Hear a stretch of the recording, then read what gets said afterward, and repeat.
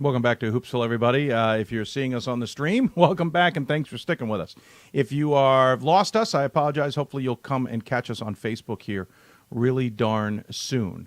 If you got questions for us, you can tweet us at D3Hoopsville or hashtag Hoopsville. Email us, hoopsville at D3Hoops.com. Join us on Facebook at Facebook.com/Hoopsville. Lots of ways to interact with us. We, again, apologize. We thought we solved our problems. We apparently did not. We will continue to work on said problems. We have new software. We just haven't had time to get it up and running. We will do our best to do so. I see that we've started a new one, a new stream, as it were. And so on Facebook, at least, our simulcast. So we will hopefully no one had any issues, but we'll get everybody back up and running. Ira says, stuck in my office in Jersey City, hashtag send help, 3 hours to get home by GPS. You know, I really wish I could feel sorry for all you New Jerseyites who figure that snowstorms don't really mean that much, but, you know, I can't. I don't know what it is about Jersey and snowstorms. My parents have been stuck in more snowstorms in Jersey. I've been stuck in, and it's not us, it's Jersey. And the only worst might be Pennsylvania. PennDOT, especially north of us. Amazing job. All right, so let's switch gears. Let's talk men's basketball. One of the teams that I've had my eye on. I didn't vote for, admittedly, in the preseason top 25 because I wanted to see where they might be. Only 2 votes in total for Ohio Northern. But I was kind of interested in seeing what they can do this year. They've got a stud of a player who's on the first-team All-America list, and we know is going to be good. Man, I love watching him play. The question, what else is sitting in Ada, Ohio, that can help him out? And then I realized when I was thinking all this, we haven't talked to Ohio Northern, I think, since Damon Goodwin stepped down as head coach. Remember, unfortunately, suffering from cancer and had to step down as head coach. Certainly sad to say the least. But I figured, well, then we need an excuse. Not that we need an excuse, but we haven't talked to him. Let's talk to him. So joining us on the Hoopsville hotline is their head coach, Rich Bensman. And Coach, welcome to Hoopsville. Thanks, Dave. Appreciate you taking the time. First and foremost, you point out you're entering your second season. Am I correct, or are you entering your third? I've lost track a little bit here. Yeah, this was my third season. Thank you. I miswrote my own note. You do have a pretty good squad here. The problem is you play in the OAC, and as a result of that, not all the time do you guys see yourself, or nobody sees you. Everybody else sees the conference, as it were. John Carroll certainly steals headlines. Marietta's been stealing headlines. Mount Union's had its moments. Baldwin Wallace has raised to the top. Capital. So, what do you guys need to do maybe to break away from the rest of everybody, or is this going to be another dogfight and you just hope you can come out alive? I think it's going to be another dogfight, and that's the OAC. You can't take a night off in the OAC. I mean, if you take a night off, it's going to be a loss. So that's from top to bottom. Yeah, that's certainly the case. We've seen that. When Marietta or John Carroll's taken anybody lightly, they've regretted it immediately. And I've seen them struggle in a lot of games. The OAC is subtly one of the more competitive conferences in the country. Is there anything we'll get to the non-conference schedule a little bit. You don't play a conference opponent until December 1st when it'll be Mount Union. But is there anything you can do in the non-conference games to prepare, or is the whole point of those non-conference games to schedule the right opponents to prepare? Yeah, I think that's the latter is probably the more true. I think just the scheduling games so you can get prepared for the OAC. And I think we have a pretty strong schedule this year. Next week we have obviously Denison coming in Saturday, but after that then we got Hope and Worcester in the same week. So I think that's a pretty good preparation. Yeah. Another really good preparation midway through will be coming to the D3Hoops.com Classic in Vegas. I'm not biased at all. Wonderful decision, Coach. Wonderful decision. We look forward to seeing you. But you've got Linfield, who's been an up-and-coming team in the Northwest Conference, and then you're going to have a good battle from the CCIW in North Central. You've got a pretty good competitive non-conference schedule this season with Hope, as you point out, Worcester, Thomas More.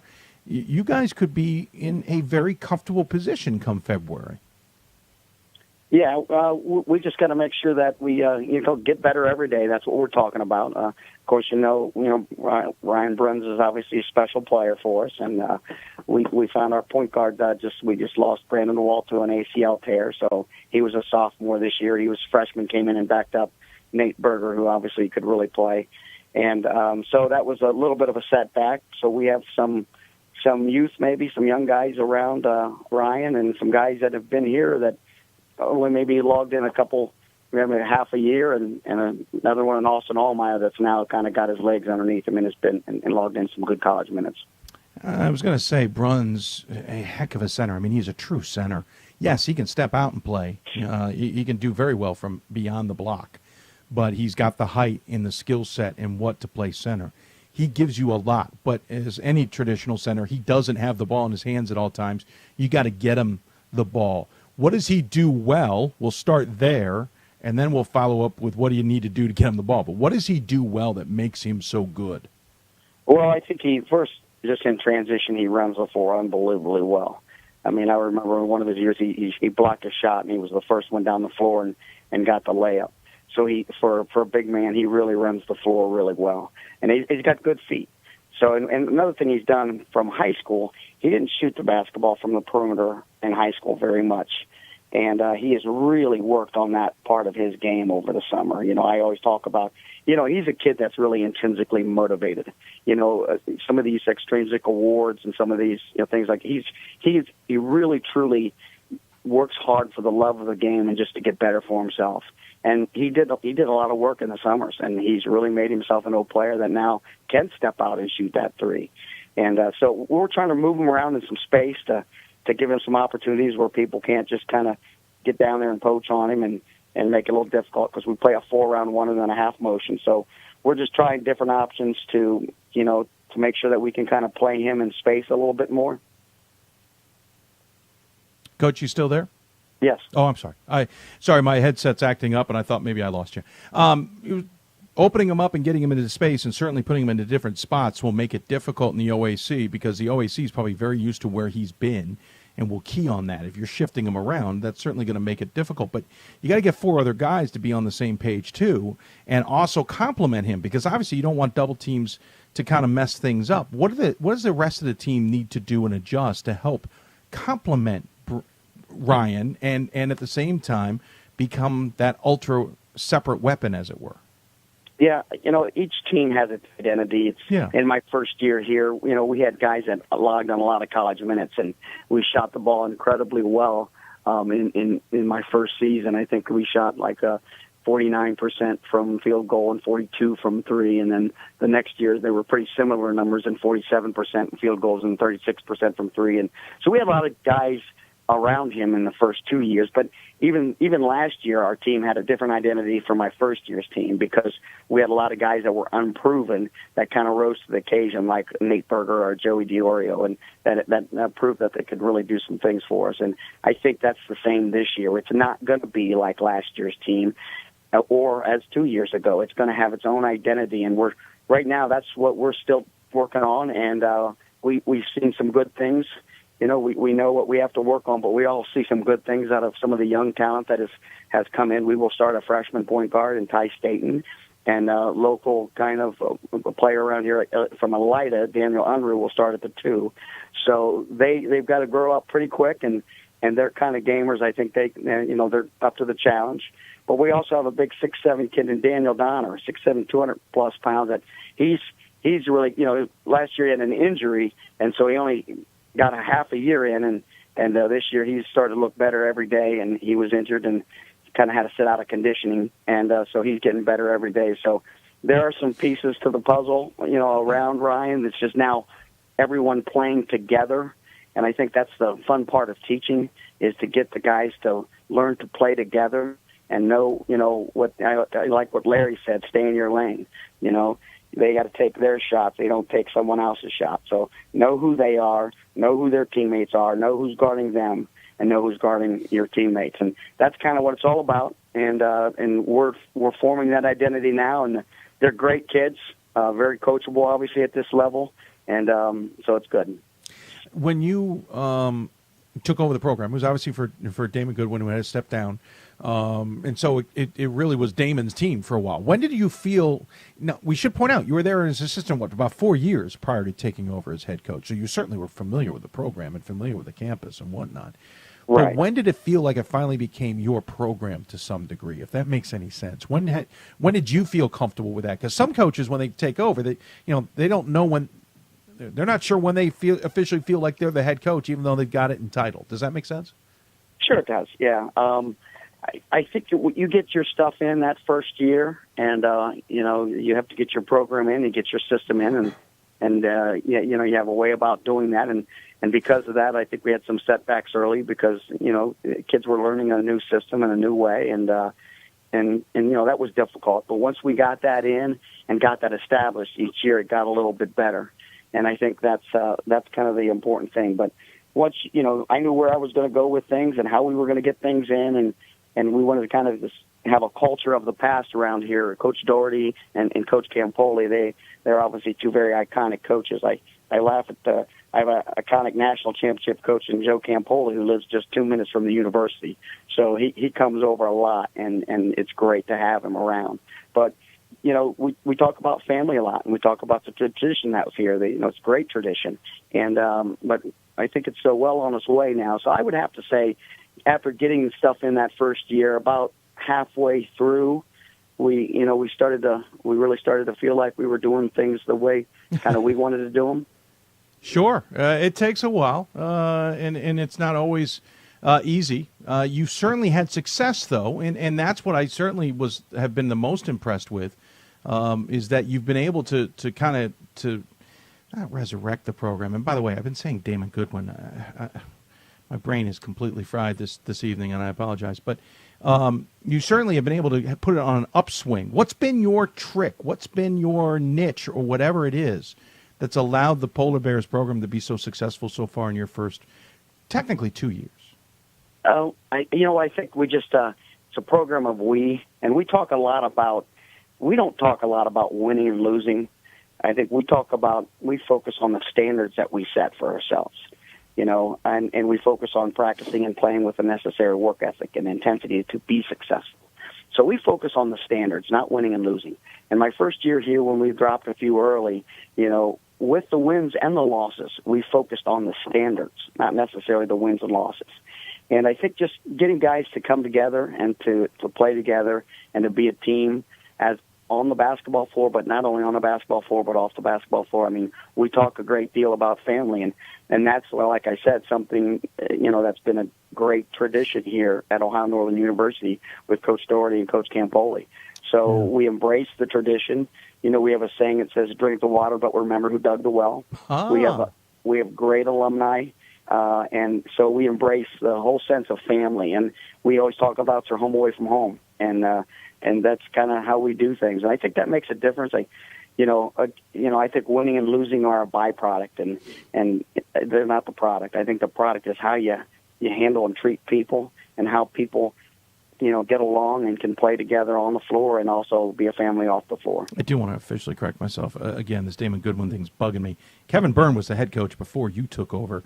Goodwin was at Capital. I don't know how I've conflated all this information. Coach, you were more than welcome to have hit me upside the head there. I know myself better than that. I know the Great Lakes better than that, but somehow distracted with other things like colds. But I apologize for anybody out there going, what is he talking about? You now have Denison ahead of you. You then will go on the road and take on a pretty good Hope squad. Home against Worcester, on the road against Thomas More before conference play. We've talked about how important these games are going to be. I know it's one game at a time, but you also have some very different types of teams there. It's not like you can kind of see a similar style. As much as the Great Lakes has been big guys and stuff like that, Hope plays different than Denison, who certainly plays different than Worcester, who's going to play different than Thomas More. How difficult is it in this next week, essentially, week and a half, to play these games as you go into conference play? Yeah, I think it's a great challenge, and we want to really embrace it, and that's kind of part of it. You're going to play a lot of different kind of styles, really, within the OEC conference, and so we kind of I know what we're going to get when Bob Galoni brings the Denison squad here. I actually lost to a regional final game to him when I was a high school coach, and he was a high school coach. So, they're very disciplined and they're very well coached. And, so it's just one of those that we do. I mean, I know it's cliche, but we do take them one at a time, and we're all focused on Saturday now, and then we'll focus on hope. But that's kind of how we approach it. And we talk about us a lot, though, as well. Like after the game, we'll do a series on us and kind of break some things down. And my assistant coach, Matt Winters, will be preparing a scout on our next opponent. And then we get another film session. The next day we talk about them. So the us part's pretty important. I mean, and we've got to get better at doing some of the little things and some of the things that we need to do and we can control, no matter who we're playing or what kind of style of team we're playing. So we do talk about us a great deal. Well, Coach, I appreciate you coming on and talking about us, for lack of a better term. That's a great way of saying it. I'm really interested in seeing how this OAC battle plays out this year. We always wonder who's going to come out on top. Sometimes it's obvious, sometimes it's not. I think we're in a not-so-obvious year. And you guys certainly look well-positioned, and I really look forward to seeing you out in Vegas. We look forward to having you out there and having a good time and getting to meet you and all that. As always, though, on this show, we give a tradition of ours is we give the coach the final word. Any final thoughts you want to share with those who may be tuning in? I'd like to just echo kind of what Larry Anderson said. I think they do a great job in just to bring awareness to D3, and I think that's fantastic, and it's very important. And the other thing, I'm blessed to be around a lot of good people here at Ohio Northern, a lot of good coaches, and that are very successful. And that makes it very enjoyable for me. I talked about family, and not only with our team within our program, but I think we feel that way a great deal here with our coaching staff. And at any time we have a chance to bounce ideas off each other and talk with each other. I was just in Michelle Duran's office earlier today talking about some things because obviously she's really got it going here and has had great success.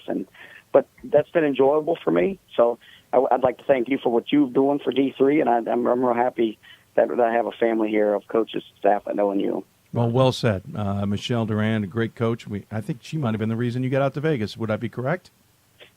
Yep, I had a feeling. I was definitely thinking about it, and she, we talked about it a great deal. We thought it would be very good for our team, very good for our program, very good for Ryan Bruns, and that's kind of what it was, kind of why we decided to do it. I can't wait to see Ryan out there. Hey, do me a favor, just for 1 minute, have him be the only guy on the floor. Just want to see what he can do against 5 others. No, I'm kidding. Kidding. I know. Thank you so much, Rich. I really appreciate it. Take care of yourself, and good luck. We'll see you in December, and take care. All right. Thanks, Dave. No problem. Rich Bensman joining us here on Hoopsville. I want to go back. I don't make those kinds of mistakes often. Clearly, I made a major one there. The Damon Goodwin reference, I don't know how it got into my head. He's the former head coach at Capital. Not former. He was the head coach who had to step down. You know what I'm trying to say. I don't know where I conflated into Ohio Northern. It's a stupid mistake on my part. I should know better. And I apologize for anybody who's listening to the show going, what is he talking about? Once in a while, you ever get one of those thoughts in your head and it just sticks and you don't know where it came from and nothing's telling you you're wrong? I think that's what happened there. So I apologize to everybody out there. Clearly a mistake. Before we go to break, quick note. 6:20 left to go in the game. We'll keep an eye on this one on live stats. Endicott is leading number 5 MIT 80-63. Make that 83-66 with 5:08 left in MIT's home opener.